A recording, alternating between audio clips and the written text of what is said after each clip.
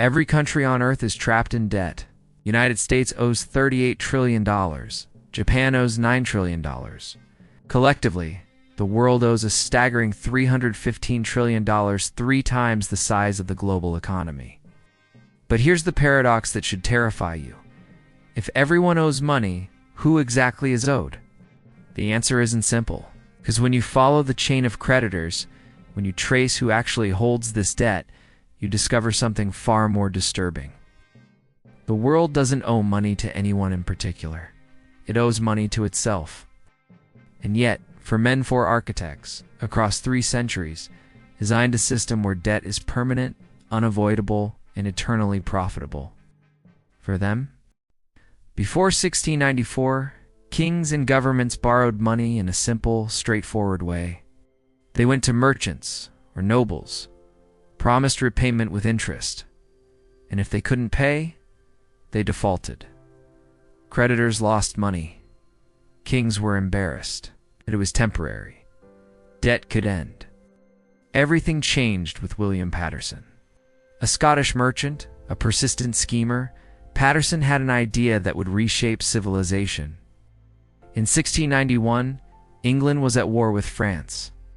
King William III needed money desperately. Traditional lenders refused to help. England had defaulted before. Paterson proposed a radical solution. Organize a group of wealthy merchants to lend the government £1.2 million, roughly $300 million today. But here's the twist. The loan would never be repaid. Instead, the government would pay 8% interest forever. To manage this, Paterson proposed creating a new institution, the Bank of England. The mechanics were revolutionary. Merchants deposited their gold with the bank. The bank lent it to the government. Taxes funded the interest, which flowed back to the merchants. But the principal never repaid. The loan was permanent. Merchants accepted it because interest was guaranteed by Parliament. The banknotes they received could be traded like money, but with interest. Parliament approved Paterson's scheme in 1694. National debt had become permanent. It had problem. But a feature of the system. For bankers, it was brilliant. £1.2 million at 8% interest, produced £96,000 per year forever. An annuity backed by the government, transferable through banknotes. The government's IOUs became currency. Debt created money. The more the government borrowed, the more money existed. Within 50 years, every major European power copied the model. France issued the bond general. The Netherlands formalized government debt issuance. By 1790, the United States adopted the system. Alexander Hamilton explicitly modeled America's finances on the Bank of England. By the early 1800s, European governments borrowed heavily, but the market was unorganized. Enter Nathan Rothschild. By 1800, the 5 Rothschild brothers controlled banking in London, Paris, Frankfurt, Vienna, and Naples. Nathan Rothschild revolutionized sovereign debt. Instead of lending directly, he bought government bonds at a discount and sold them to investors at a markup, creating a secondary market. Governments got money immediately. Investors received tradable assets. Rothschild collected the spread. But the system became inescapable.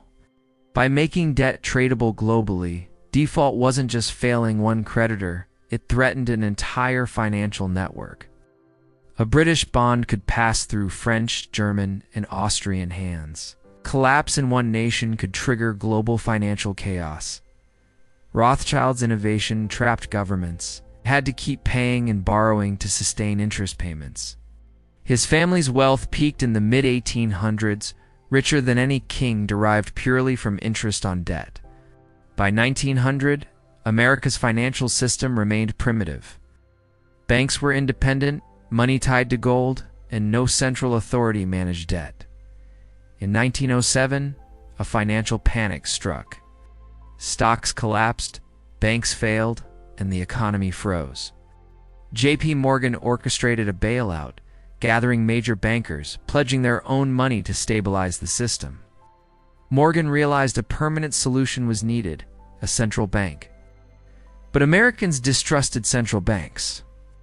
So, in 1910, Morgan and Associates held a secret 9-day meeting on Jekyll Island, designing the Federal Reserve System.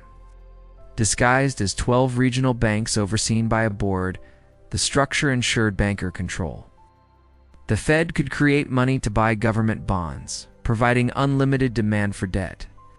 Government borrowing became infinite, and interest payments flowed continuously from taxpayers to banks. Fast forward to 1979. Inflation was over 10%. U.S. credibility faltering. Paul Volcker, Federal Reserve Chairman, raised interest rates from 11% to 20%, crushing inflation but triggering debt crises in developing nations. Mexico, Brazil, Argentina all owed billions. Interest alone exceeded export revenue. Default seemed inevitable. But Volcker orchestrated IMF bailouts, forcing countries to restructure, privatize, open markets, and surrender sovereignty. Debt wasn't eliminated, it became perpetual, a tool of global control. The four architects. The system today. Let's recap. Paterson, 1694. Permanent debt. Governments pay interest forever. Rothschild, 1815. Global tradable debt. Interconnected, impossible to default. Morgan, 1913.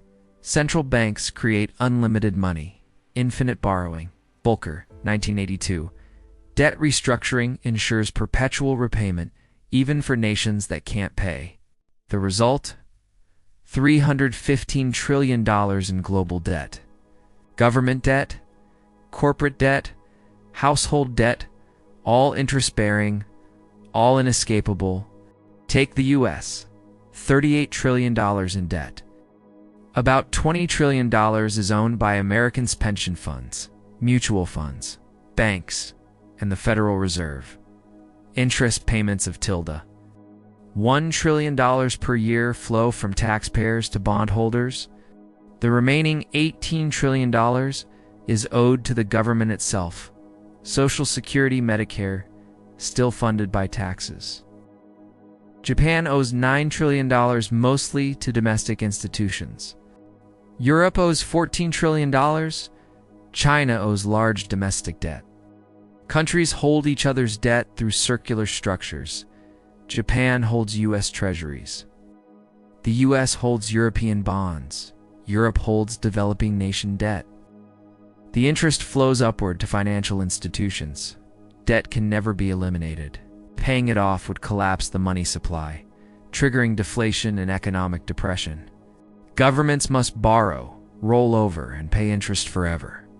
The ultimate beneficiaries are the institutions: BlackRock, Vanguard, State Street, Fidelity. They control tens of trillions in assets, collecting interest from US, Japan, and Europe. It's the largest wealth transfer in history, continuous, structural, and largely invisible. Workers pay taxes, institutions collect, debt never disappears. The system is complete. The four architects didn't conspire together, they lived centuries apart. But their innovations combined to create a system where debt is permanent, global, infinite, and inescapable. $38 trillion in U.S. debt, not a crisis. It's business as usual. Every dollar of debt is an asset, generating interest, creating collateral, and sustaining the system. Confidence maintains it. And that is the trap you can't see. A machine built across 331 years, operating silently, invisibly, and efficiently, with taxpayers unknowingly fueling it every day. If this changed how you see government debt, if you now understand that $38 trillion isn't an accident but a design, subscribe to understand how this machine was built and who truly operates it. Debt isn't a problem, it's the foundation. Its interest is the rent we pay to live inside their system.